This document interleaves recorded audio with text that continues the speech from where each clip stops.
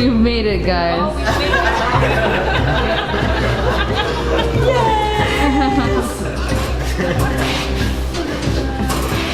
Oh, we made Our graduates, once they graduate, they can just go direct to work. The way we implement is like we are using students to solve our own problem.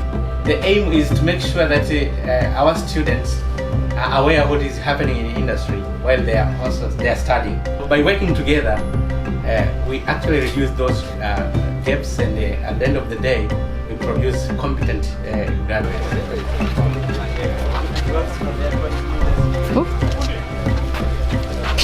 And then there is Stick Lab, and there is Stamo Lab. So we built this one, then we are working to build a casing for it, a cheap casing that can cost at most, let's say like a goal of $3 or at most $5. That's what we aim to make the enclosure. So we're using local materials, local manufacturing to make the enclosure so that everyone can access what we are producing in our schools. Like we have a lot of researchers, and those researchers, they are just keep it, they are not using.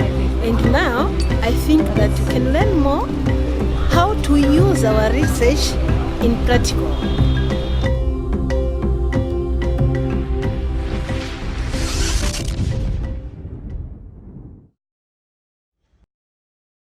The future is also increasingly African. Well, again, we could have a World War III or IV or something else, yes, so that can change. But just within 35 years, 1 in 4 people in the world is African. 1 in 4. By the end of this century, we're talking about 4 in 10 people African. Now, if you look at what Africa is doing right now in the world, their contribution in a lot of the different industries and the sectors in comparison to other countries, and then you see such figures, you see the need for us to not take this lightly.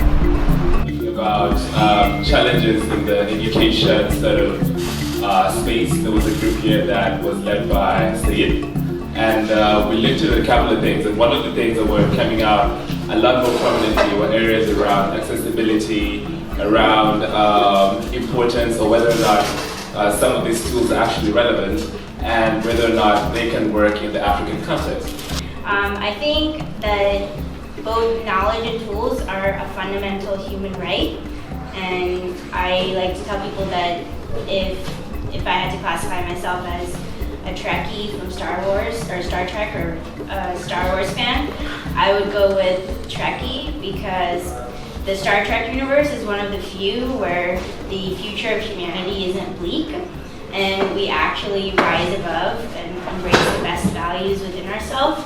And I don't think that we're going to get to that possible future if we're not willing to be open about our ideas, ourselves, and our ownership over who we think we are as a human species. Like, we are not designing it or making it to sell to the people. If we are to make it, as a company, we sit down, okay, since these people want this, why don't we repair? We repair maybe 1,000 like UN does, buy a lot of food and give it to the people. Yeah. But we train you, and for you, you say, okay, I got the knowledge.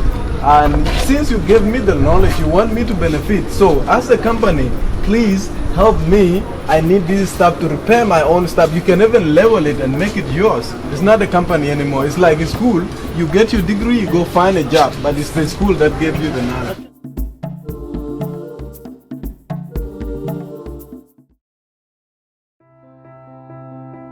That's, I think, the strategic question facing the communities is how to create those norms and expectations and values. It's not an easy task. And I hope that by at least understanding what the issues are a little bit better, we can make progress toward that task. And I think that's one of the keys, doing that is one of the keys, as the roadmap for ubiquitous open science hardware says. Better understanding what those boundaries are is really important.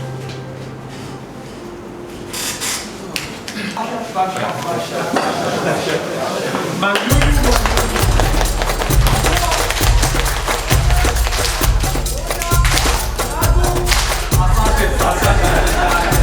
Sangapore, that guy was I've been inspired by Richard and the rest of the team to do that.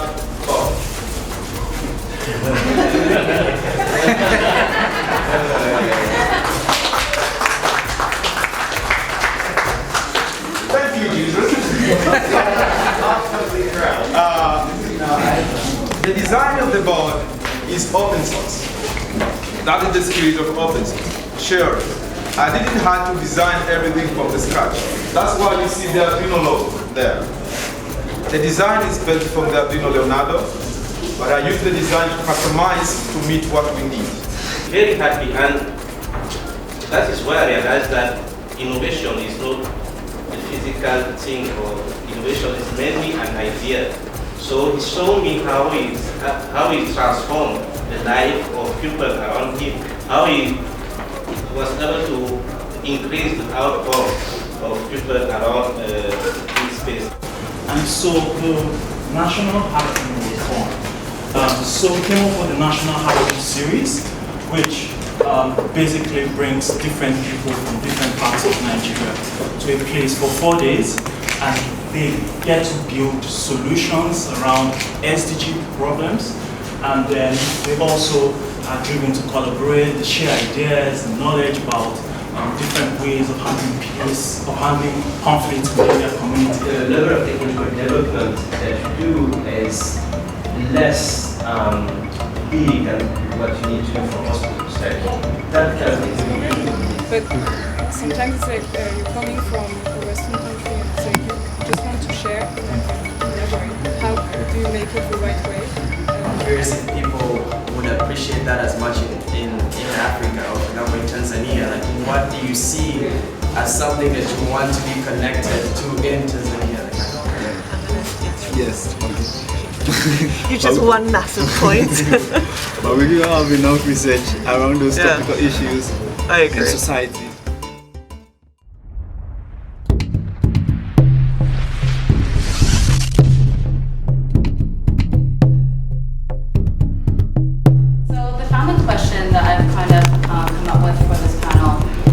How do we make open science and hardware more inclusive? Because I think that OSH is really great in theory if we're making information and science more accessible to different communities, but if we're still bringing along some of the biases and some of the complexities that excluded certain communities along with us, then are we doing any better, or are we perpetuating some of the same problems that we had with traditional science? For example, in Uganda, our speaker is a lady, Honorable Rebecca Kadaga. So she's my role model.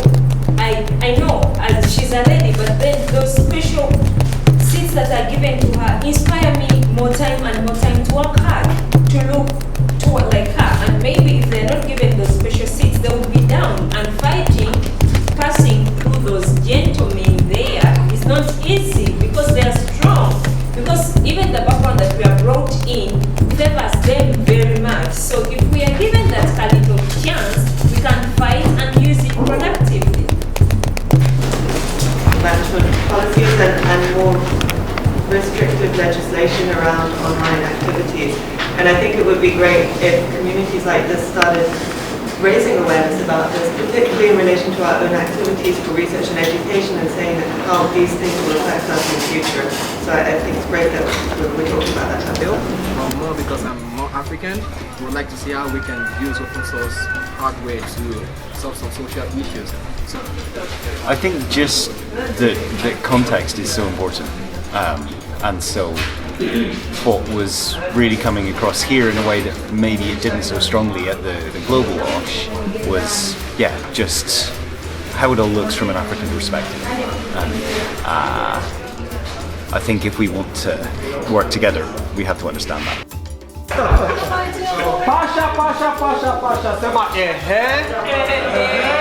Pasha kwa ajili ya vijana hawa. Mungu awabariki sana. Waende waende mpaka MIT, waanzishe stikla kubwa zaidi, wawe matajiri wengi sana,